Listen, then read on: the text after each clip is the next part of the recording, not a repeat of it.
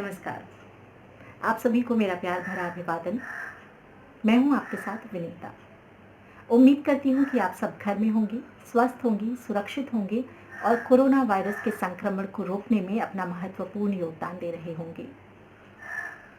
दोस्तों, इस समय हमारा देश और लगभग पूरी दुनिया एक मुश्किल दौर से गुजर रही है। हम सब मिलकर एक अदृश्य ताकत से लड़ रहे हैं जिसका नाम है कोरोना। हमारी सरकार हर संभव कोशिश कर रही है इस महामारी पर काबू पाने की। वो हर संभव प्रयास कर रही है कि इससे संक्रमित होने वाले लोगों की संख्या कम से कम हो और मृतकों की संख्या का जो आंकड़ा है उसका ग्राफ बहुत बढ़े ना, क्योंकि दूसरे देशों से जो आंकड़े सामने आ रहे हैं वो डरा देने वाले हैं। और हमारी कंट्री का एक ड्रॉबैक ये भी है कि हमारी जनसंख्या बहुत ज़्यादा है, जनसंख्या घनत्व बहुत ज़्यादा है। और अगर दूसरी डेवलप्ड कंट्रीज़ से हम तुलना करें तो हमारे यहाँ मेडिकल फैसिलिटीज़ भी बहुत अच्छी नहीं है। तो इस सिचुएशन में इस बीमारी से बचने का, इसके संक्रमण को रोकने का हमारे पास जो उपाय है वो सिर्फ़ और सिर्फ ये है कि हम सोशल डिस्टेंसिंग मेंटेन करके रखें, अपने घरों में रहें, सुरक्षित रहें, साफ़ सफाई मेंटेन करके रखें, हैंड सैनिटाइज़र का उपयोग करें, अपने हाथों को बार बार लगभग 20 सेकंड तक साबुन से या लिक्विड सोप से साफ़ करते रहें। सरकार ने 14 अप्रैल तक लॉकडाउन की घोषणा की है ताकि लोग अपने घरों में रहें। अब लोगों को समस्या ये है कि लगातार घर में रहकर करें क्या। मैंने देखा कि लोग बोर हो रहे हैं, परेशान हो रहे हैं। ऐसा लग रहा है जैसे उनको कैद में रख दिया गया है। उनको समझ में नहीं आ रहा है कि घर में रहकर करें क्या। तो मुझे ऐसा लगता है कि अगर हमारे पास एक नॉर्मल कंडीशन में हमारे पास सारी फैसिलिटीज़ हैं, हमारे घर में इलेक्ट्रिसिटी है, वाटर है, इंटरनेट कनेक्शन है, खाने पीने की चीज़ें हैं, मेडिसिन्स हैं, एक नॉर्मल कंडीशन की बात कर रही हूँ मैं, तो फिर घर में रहने में समस्या क्या है, दिक्कत क्या है? सिर्फ ये कि समय बहुत ज़्यादा है, कट नहीं रहा। किसी ने मुझसे पूछा कि तुम सारा दिन घर में रहकर करती क्या हो, तुम्हारा समय कैसे कटता है? मैं आपको बताना चाहूँगी कि मैं इस सोशल डिस्टेंसिंग का पूरी तरह से पालन कर रही हूँ। मैं लॉकडाउन के पहले से ही लगभग 15 दिन हो गए मैं घर में ही हूँ और इस सोशल डिस्टेंसिंग को मेंटेन कर रही हूँ। हालांकि इस टर्मिनोलॉजी सोशल डिस्टेंसिंग से ज़्यादा मैं इसको फिज़िकल डिस्टेंसिंग कहना पसंद करूँगी, क्योंकि सोशली तो हम कनेक्टेड हैं ही। हाँ, फ़ोन के थ्रू, इंटरनेट के थ्रू, तमाम सोशल मीडिया प्लेटफॉर्म्स हैं, व्हाट्सएप, फेसबुक, ट्विटर, इंस्टाग्राम, इन सब के थ्रू हम कनेक्टेड हैं सोशली। तो इसको मैं फ़िज़िकल डिस्टेंसिंग कहना ज़्यादा पसंद करूँगी। तो अब वापस आते हैं सवाल पर कि मेरा वक्त कटता कैसे है। उसके पहले मैं समय काटने पर गुलजार साहब की एक बहुत अच्छी कविता है, वो आपको सुनाना चाहूँगी। मेरे एक दोस्त हैं, उन्होंने इंस्टाग्राम पर शेयर की थी अभी कुछ 2-3 दिन पहले। बहुत खूबसूरत पंक्तियाँ हैं, आपके साथ शेयर करना चाहूँगी। कुछ इस तरह से हैं।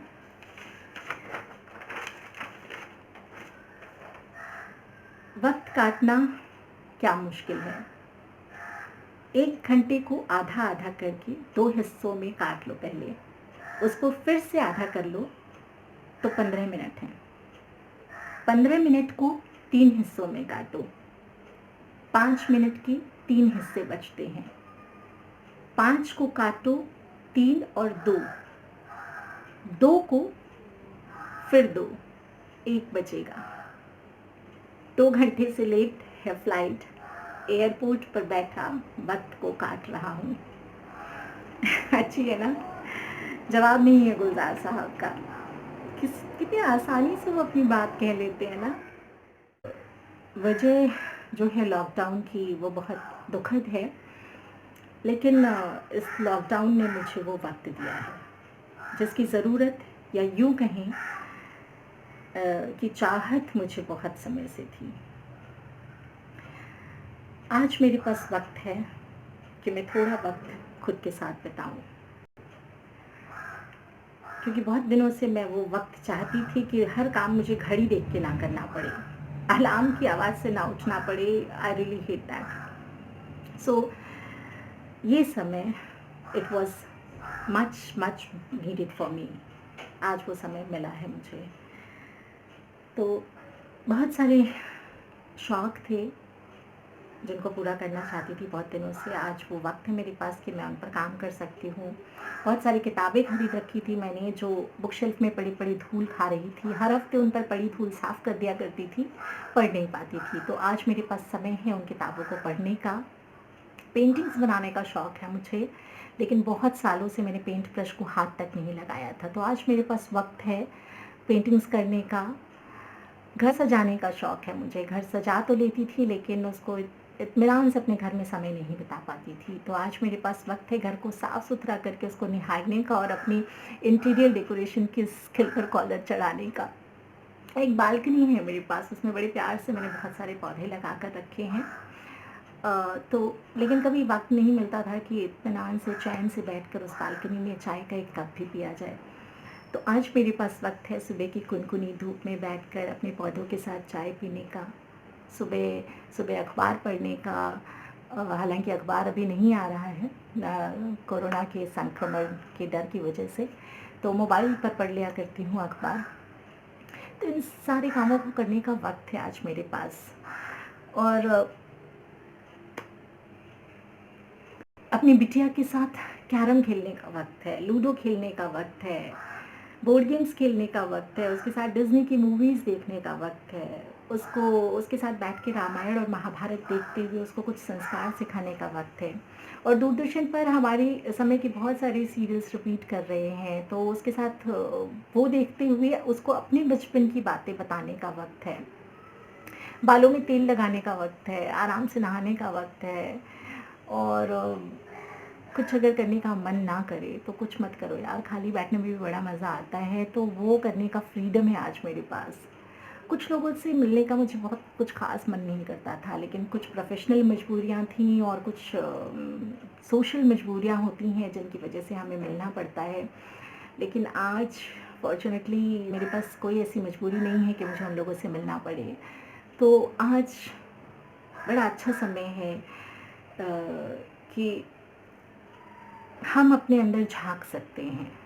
खुद से मिलने के लिए बहुत वाजिब समय है ये। तो दोस्तों, ये जो वक़्त मिला है आपको, उस वक़्त में आप अपनी कमियों पर काम कीजिए। आप अपने साथ वक़्त बिताइए, अपनी भाषा पर काम कीजिए, अपने विचारों पर काम कीजिए, क्योंकि ये वक़्त भी गुज़र जाएगा और फिर आप कहेंगे कि वक़्त नहीं है।